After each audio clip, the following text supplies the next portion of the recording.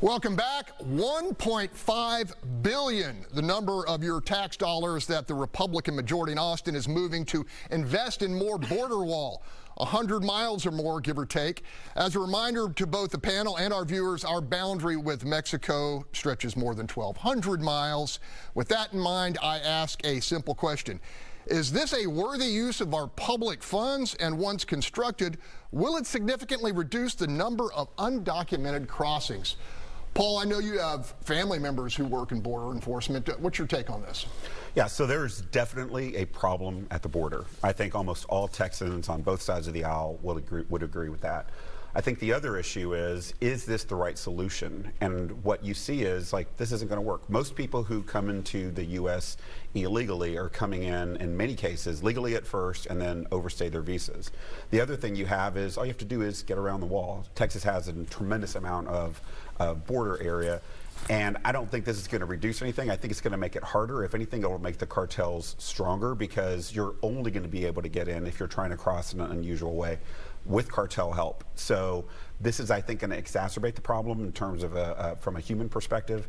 I just don't see this being the right answer, and I think that we need to do something definitely at the border. Pretty provocative argument, Holly. I mean, you know, are we actually pushing the undocumented into the hands of the cartel? Well, I mean, I think that by constructing some barriers, you are forcing crossers to certain checkpoints, right, where they can be more closely monitored. Whether or not we're actually doing that is the question. Texas is kind of in a damned if you do, damned if you don't situation, because the federal government is not doing its job. We know that since Biden took office, at least 2 million gotaways have been detected. That doesn't account for the non-detected persons crossing the border.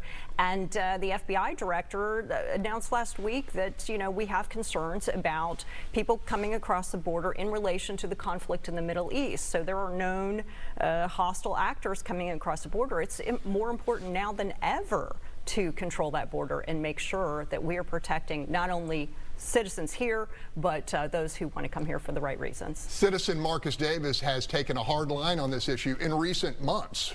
Yeah, look, and these things always get me, right? We bemoan what's happening at the border, but then when someone comes up with a solution, we say, is this really going to work? I don't get it. And Holly's right. We're in a position where we're damned if we do, we're damned if we don't. If your zip code is 78852 or 78853, which is Eagle Pass, Texas, and you're watching people as you raise your 3 children in your home or run your business, and you're watching people run across the street coming from another country, you have no idea who they are. You know the federal government doesn't know who they are. You know the police don't know who they are or what they're up to. I think you would be in favor of having something to slow them down. Whether or not this is the answer, I have no idea. But what I do know is when you go to bed at night, you close your burglar bar, you lock it. You close your door, you lock it. Why? Because you believe that that's going to give you some sort of safety or security. All right, Charles Blaine, I want to throw this question to you.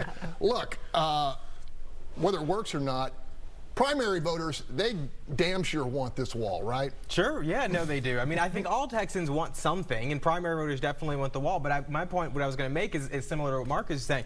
It might not significantly reduce the number of people who are coming across the border illegally, and when we're looking at the total population. But for the people that are living on that side of the border, it's going to make a difference for them. They're not going to be coming directly into their communities. They're not going to have to be dealing with all the issues that are happening right there. It might push them down elsewhere, but it's going to make a difference for the people that are sitting right there. And now that I know we could say this, we are damned if we do and damned if we don't, because you know what? The federal government is not doing anything, and it's on Texas's back to do something, and we have to do something. So we're going to keep getting criticized for whatever we do, but it's better than doing nothing. Sue, good point there. I mean, we spent $10 billion of state money on border protection. The Biden administration's not doing the job. Boy, I know you could come up with some things to spend $10 billion on. I could.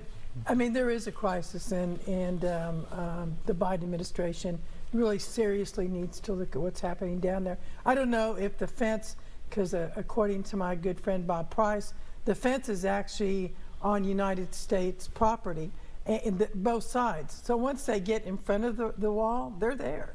They're in the United States. You know, it's not if they get over when they're there. So it's not really keeping them out. It's keeping them in a certain area where they can, you know, they can gather them up. But there does need to be some really serious. If Mexico had paid for it like they're supposed to, we wouldn't be having this problem. Got to leave it there.